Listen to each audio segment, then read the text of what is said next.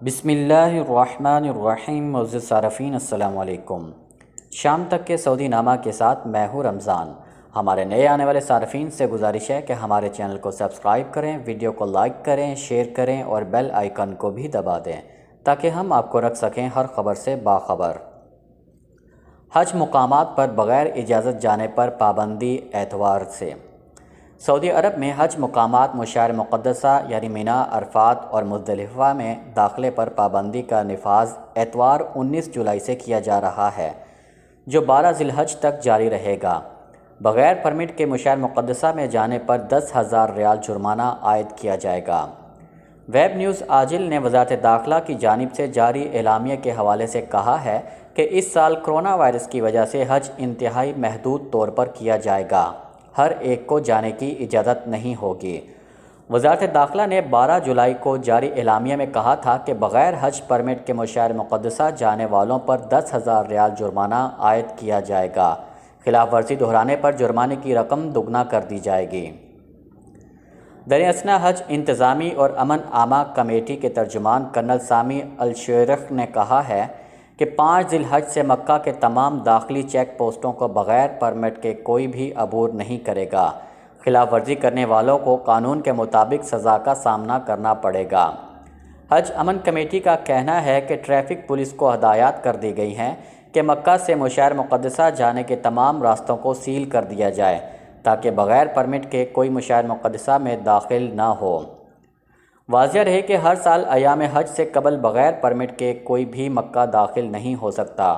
وہ افراد جن کے اقامے مکہ کے ہوتے ہیں اور وہ دوسرے شہر کام کی غرض سے جاتے ہیں، ان کے علاوہ وہ افراد جنہیں مکہ داخل ہونے کے لیے پرمٹ جاری کیا جاتا ہے کے سوا کسی کو مکہ جانے کی اجازت نہیں ہوتی۔ پابندی کا مقصد غیر قانونی طریقے سے حج کرنے والوں کو روکنا ہوتا ہے تاکہ بیرون ملک سے آنے والے عازمین آرام سے فریضہ حج ادا کر سکیں۔ وہ افراد جو غیر قانونی طور پر حج کرتے ہیں، ان کی وجہ سے کافی دشواریوں کا سامنا کرنا پڑتا ہے۔ عام طور پر غیر قانونی عازمین حج راہ داریوں پر ڈیرے ڈال لیتے ہیں، جس کے سبب سنگین حادثات رونما ہوتے تھے۔ اسی وجہ سے انتظامیہ نے حج آپریشن کو منظم کرنے اور مملکت میں رہنے والوں کے لیے حج قوانین مرتب کیے تھے، جس کے تحت حج کے خواہش مند افراد مقامی حج خدمات فراہم کرنے والی کمپنیوں کے زیر انتظام فریضہ حج ادا کرتے ہیں، جن کے لیے باقاعدہ پرمٹ جاری کیا جاتا ہے اور ان کا مکمل ریکارڈ رکھا جاتا ہے۔ پابندیوں کا مقصد حج آپریشن کو منظم بنانا ہے۔ کفیل اقامے کی تجدید میں تاخیر کرے تو کیا کریں؟ سعودی عرب میں وزارت صحت کی ہدایات کے مطابق کرونا وائرس سے محفوظ رہتے ہوئے مقررہ ضوابط کے تحت معمولات زندگی بحال ہو چکے ہیں۔ اندرون ملک فضائی سفر پر پابندی تو ختم ہو گئی ہے، تاہم ابھی تک بین الاقوامی پروازیں بحال نہیں ہوئیں۔ کریں اردو نیوز کی جانب سے مختلف موضوعات کے حوالے سے سوالات ارسال کیے جا رہے ہیں۔ عبدالحلیم دریافت کرتے ہیں، کیا سائق خاص یعنی گھریلو ڈرائیور کا نقل کفالہ ہو سکتا ہے؟ تو ان کے جواب میں کہا کہ سعودی عرب میں غیر ملکی گھریلو عملے کے معاملات کو جلدی نپٹانے کے لیے محکمہ پاسپورٹ یعنی جوازات کی جانب سے تمام امور کمپیوٹرائزڈ کر دیے گئے ہیں۔ ماضی میں جس کام کے لیے کئی دن لگتے تھے، اب بہت مختصر وقت میں معاملات نمٹ جاتے ہیں۔ گھریلو عملہ میں، جس میں ڈرائیور، ملازمین، نرس، ٹیوٹر وغیرہ شامل ہیں، کے اقاموں کی تجدید اور دیگر معاملات کی انجام دہی کے لیے جوازات نے آبشر اکاؤنٹ کی سہولت مہیا کی ہے، جس کے ذریعے فوری طور پر معاملات نمٹا دیے جاتے ہیں۔ جہاں تک آپ کا سوال ہے کہ سائق خاص یعنی گھریلو ڈرائیور کے پیشے پر کام کرنے والے کسی دوسرے کی کفالت میں جا سکتے ہیں، تو اس کے لیے کوئی امر مانع نہیں۔ اگر آپ کے کفیل کو اعتراض نہیں اور وہ آپ کو تنازل یعنی ریلیز دینے پر راضی ہے، تو جوازات کی آبشر سروس کے ذریعے کفالت کی تبدیلی فوری طور پر ہو سکتی ہے۔ کفالت کی تبدیلی کے لیے طریقہ کار: جس نئے شخص کی کفالت میں آپ جانا چاہتے ہیں، وہ اپنے آبشر اکاؤنٹ سے آپ کے موجودہ کفیل کو طلب یعنی ڈیمانڈ ارسال کرے، جسے سابق کفیل منظور کرنے کے بعد جوازات میں مقررہ فیس ادا کی جائے گی، جس کے بعد کفالت تبدیل ہو جائے گی۔ کفالت تبدیلی کے لیے سابق کفیل کی منظوری لازم ہے، تاہم اگر سابق کفیل تنخواہ ادا نہیں کرتا اور اقامے کی تجدید بھی تاخیر کرتا ہے، تو اس صورت میں لیبر آفس میں شکایت درج کرائی جا سکتی ہے تاہم اس کے لیے دستاویزی ثبوت ہونا لازمی ہے، جس کے بعد لیبر آفس کفالت تبدیل کے احکامات صادر کر سکتا ہے۔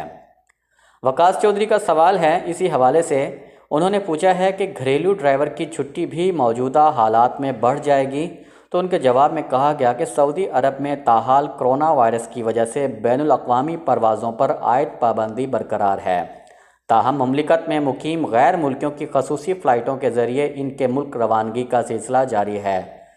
سعودی حکومت کی جانب سے تارکین وطن کو خصوصی رعایت دی گئی ہے، جس میں وہ غیر ملکی جو چھٹی پر یعنی خروج عہدہ پر اپنے ملکوں کو گئے ہوئے ہیں اور ان کے خروج عہدہ یا اقامے کی مدت ختم ہو گئی ہے، اس میں 3 ماہ کا اضافہ کیا جائے گا۔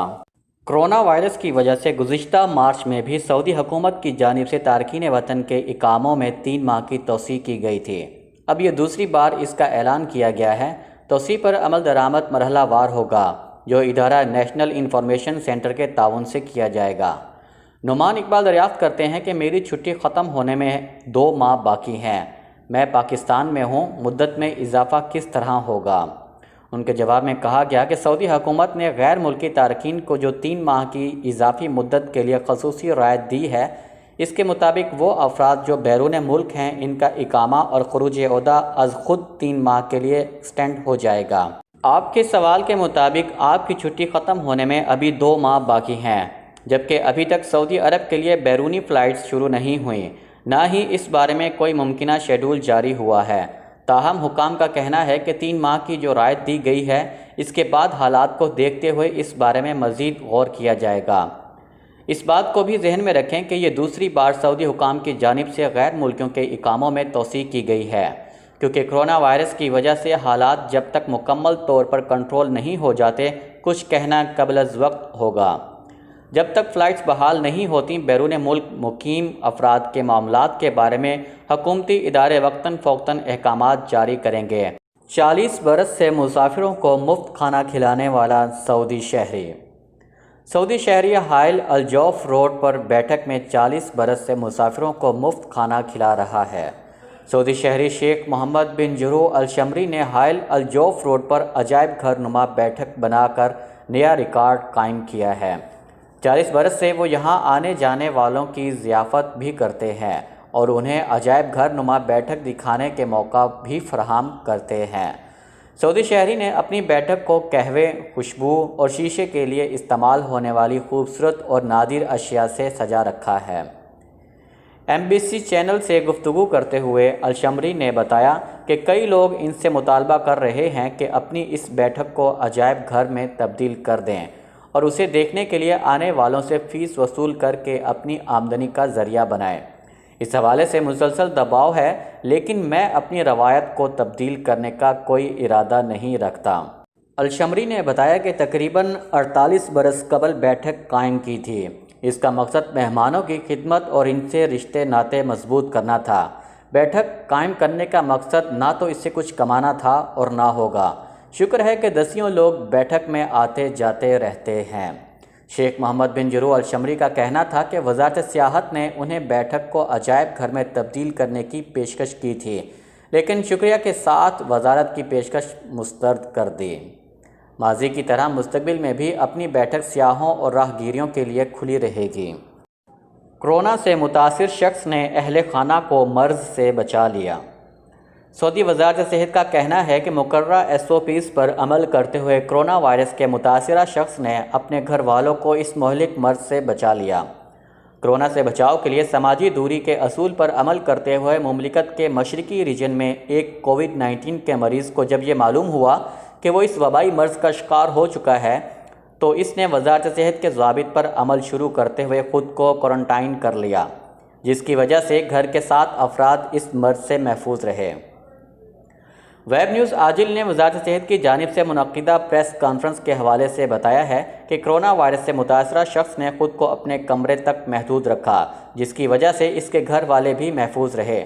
اگر وہ شخص اپنے مرض سے لا علم رہتا تو دیگر افراد بھی کرونا کا شکار ہو جاتے۔ وزارت صحت کا کہنا ہے کہ کرونا سے بچاؤ کے لیے احتیاطی تدابیر کی مد میں سب سے اہم سماجی فاصلے کے اصول پر عمل کرنا ہے، جس کے سبب اس مہلک مرض سے محفوظ رہا جا سکتا ہے۔ یاد رہے کہ وزارت صحت کی جانب سے ہفتہ 18 جولائی کو وبائی مرض کرونا کے حوالے سے جاری ہونے والے اعداد و شمار میں بتایا گیا ہے کہ ایک ہی دن میں جن 2565 مریضوں کی تصدیق ہوئی ہے ان میں 39% خواتین 61% مرد شامل ہیں، جن میں سے معمر افراد کا تناسب 6% جبکہ 10% بچے اور 84% بالغ افراد ہیں۔